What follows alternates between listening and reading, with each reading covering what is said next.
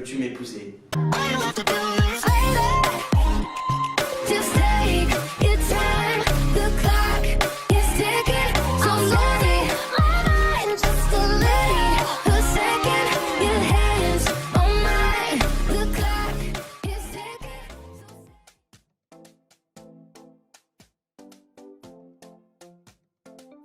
Alors Scam France, c'est une adaptation française de la série Scam, qui est une série norvégienne à la base, et qui parle d'un groupe d'ados et de tout ce qu'ils vivent, et de ce que c'est qu'aujourd'hui les ados, c'est-à-dire tous les problèmes inhérents à ça, que ce soit les problèmes de couple, les problèmes d'identité, enfin les problèmes non, c'est pas des problèmes, je pense que c'est plutôt des questions d'identité, de couple, de drogue, de viol aussi, et je trouve que tout ça c'est abordé sans pathos.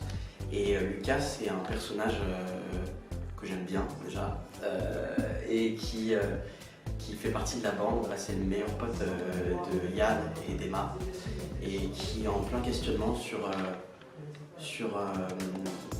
son identité, que ce soit sexuelle, que ce soit familiale, et c'est un personnage qui souvent qui a une sorte de bouclier qui dit que tout va bien, et derrière on se rend compte qu'il est un peu plus complexe que ça.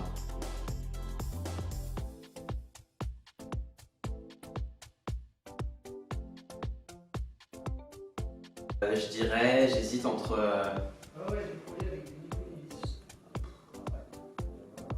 ah oui, non, bien sûr, excuse-moi.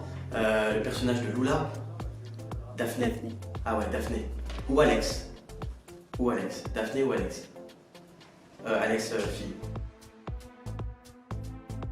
Je trouve qu'on a tous... C'est pour ça que le casting vraiment il est bien fait, c'est que David a pris le temps de tous nous rencontrer dans la vraie vie, et que toutes nos personnalités collent à nos personnages, et qu'on puisse mettre un peu de nous dans nos personnages. Moi je suis un très mauvais monteur comme Lucas. J'aime bien rigoler, j'ai tendance à faire beaucoup de vannes, peut-être pour cacher d'autres choses. Et ouais, je pense que c'est ça mon plus gros point commun avec Lucas, de faire le mec cool, même quand ça m'en bien. Vincent Cassel. J'ai eu l'occasion de faire une silhouette sur un film où il jouait, et j'ai jamais ressenti ça, quoi. Le mec en un regard, vraiment il est censé nous courser dans la rue, et en un regard, mais tu flippes, quoi. Vraiment, je fais comme ça. Non, c'est un acteur que je trouve formidable, qui a une palette il est tout le temps sincère, quoi. Il peut tout jouer et c'est sincère, c'est génial. On gère ça, voilà, je sais pas, je prends conscience vraiment de la chance que j'ai. Sur le moment, je pensais pouvoir un peu tout gérer, et c'est vrai que c'est assez spécial, surtout parce que là c'est un seul en scène, et le seul en scène, t'es tout seul, donc quand t'es fatigué tu rentres quand même sur scène, quand t'es triste tu rentres quand même sur scène, quand t'es heureux tu rentres quand même sur scène, et donc non, ce qui était génial avec Scam, c'est que le matin j'étais Lucas, et le soir j'étais Adrien, et non, à gérer c'est génial.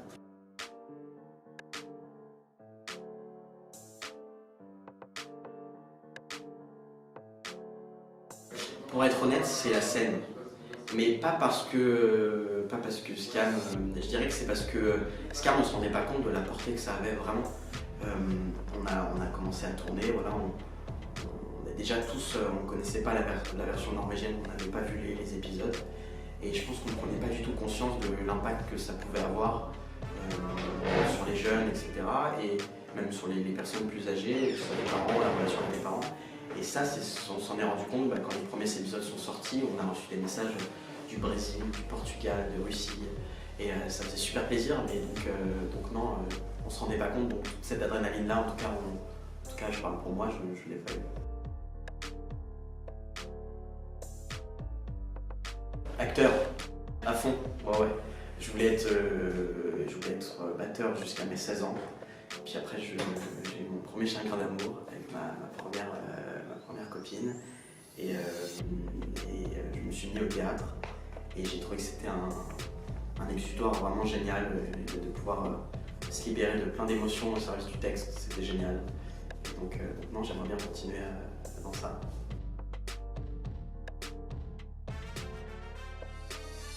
c'est incroyable.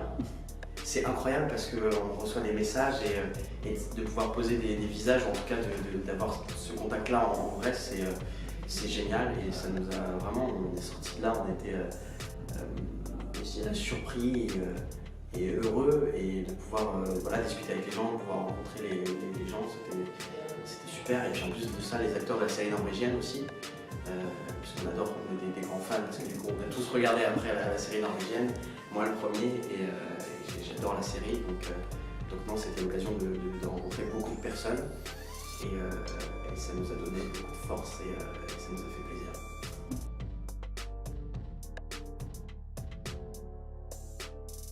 On attend l'adaptation.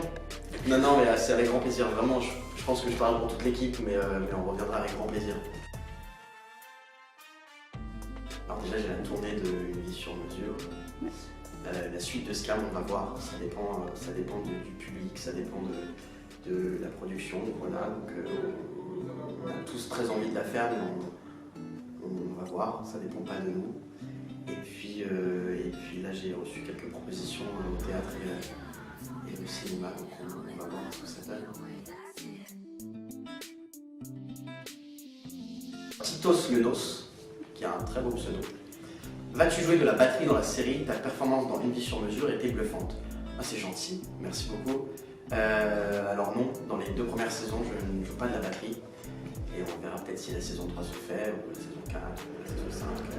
On verra, mais en tout cas, comme disait le réalisateur, c'est vrai que ça fait partie de moi. Donc, enfin, partie de moi, c'est une vraie passion. Donc peut-être que si le personnage me ressemble encore, il y en aura. Tom Lierevin. As-tu regardé les autres versions de Scam? Pas seulement la version norvégienne, mais l'italienne, l'allemande aussi. Non. Non. J'ai regardé... si, un peu.